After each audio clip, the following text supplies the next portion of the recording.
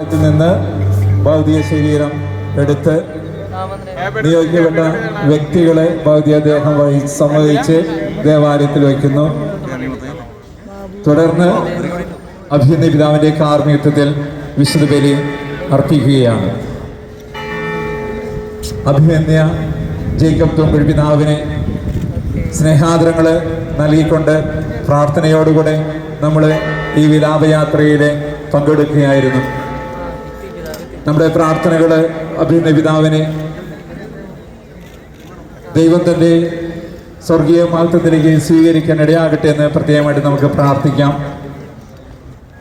അഭിനന്ദ പിതാവിൻ്റെ ഭൗതികദേഹം വഹിച്ചുകൊണ്ടിരുന്ന വാഹനം ദേവാലയത്തിൻ്റെ മുൻവശത്തേക്ക് കൊണ്ടുവരുന്നതിനുള്ള ക്രമീകരണങ്ങൾ വോളണ്ടിയേഴ്സ് ക്രമപ്പെടുത്തണമെന്ന് ഓർമ്മപ്പെടുത്തുന്നു.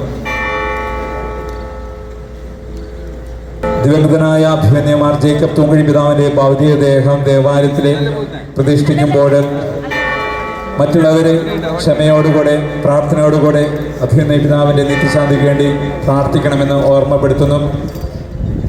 അഭിമന്യ പിതാവിനെ സ്നേഹാദരങ്ങളെ അർപ്പിക്കുവാനായിട്ട് ദേവാലയത്തിലെ പൊതുദർശനത്തിന് സമയമുണ്ട്.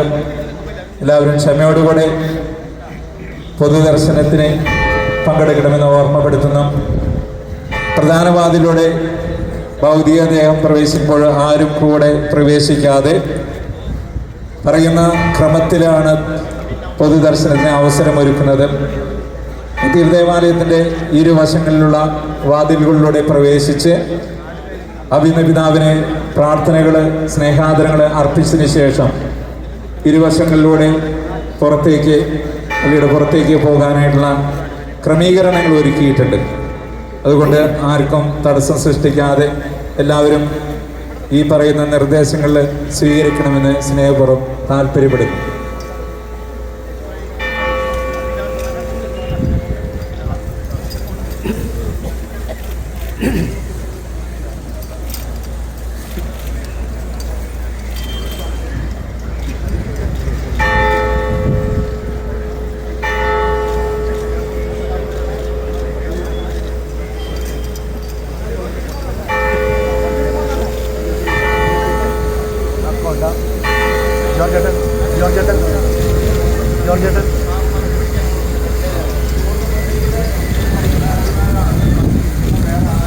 നിത്യസമ്മാനത്തിന് വിളിക്കപ്പെട്ട അഭിമന്യ മാർ ജേക്കബ് തുമ്പഴി പിതാവിന്റെ ഭൗതിക ദേഹം വിലാപ യാത്രയിലെ ഭൗതിക ദേഹം സംവഹിച്ചിരുന്ന വാഹനത്തിന് ഇറക്കി ദേവാലയത്തിൽ സ്ഥാപിക്കുകയാണ്.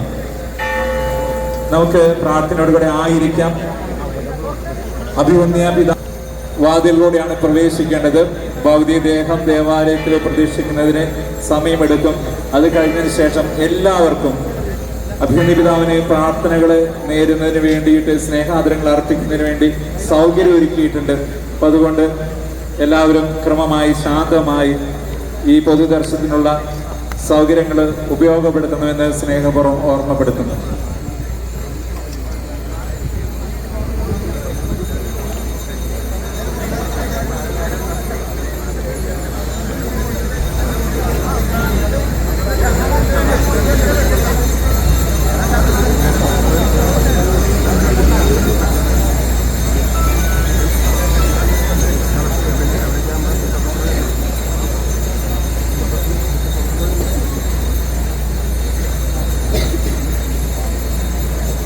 പ്രിയമുള്ളവരെ, ഒരിക്കൽ കൂടെ ഓർമ്മപ്പെടുത്തുന്ന ആരും ഭൗതിക ദേഹത്തിന്റെ പുറകിലൂടെ ദേവാലയത്തിൽ പ്രവേശിക്കരുത്.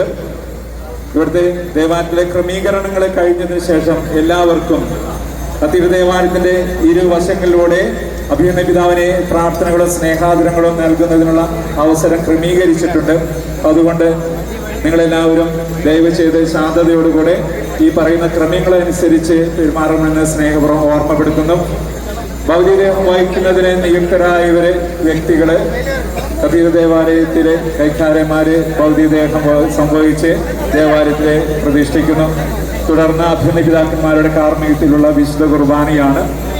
അതുകൊണ്ട് നിങ്ങളെല്ലാവരും പ്രാർത്ഥനയോടുകൂടെ അഭിനന്ദ പിതാവിനെ ദൈവം തന്റെ സ്വർഗീയ മാർഗത്തിൽ സ്വീകരിക്കട്ടെ എന്ന് നമുക്ക് കൃത്യമായിട്ട് പ്രാർത്ഥനയോടുകൂടെ ആയിരിക്കാം. അവിടെ പിതാക്കന്മാരുടെ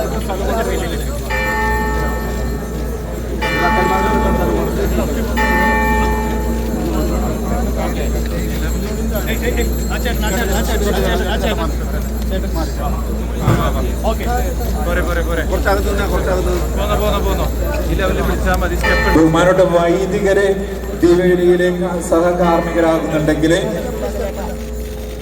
ദേവാലയത്തിന്റെ വലതുവശത്തുള്ള വിങ്ങില് വിശ്വബലിയിലെ പങ്കെടുക്കാനായുള്ള അവസരമുണ്ട്. ദേവാലയത്തിലേക്ക് ഇപ്പോൾ ഭൗതിക ദേഹം മാത്രമേ പ്രവേശിപ്പിക്കുന്നുള്ളൂ. ബാക്കി ആരും പ്രവേശിക്കരുതെന്ന് സ്നേഹപൂർവ്വം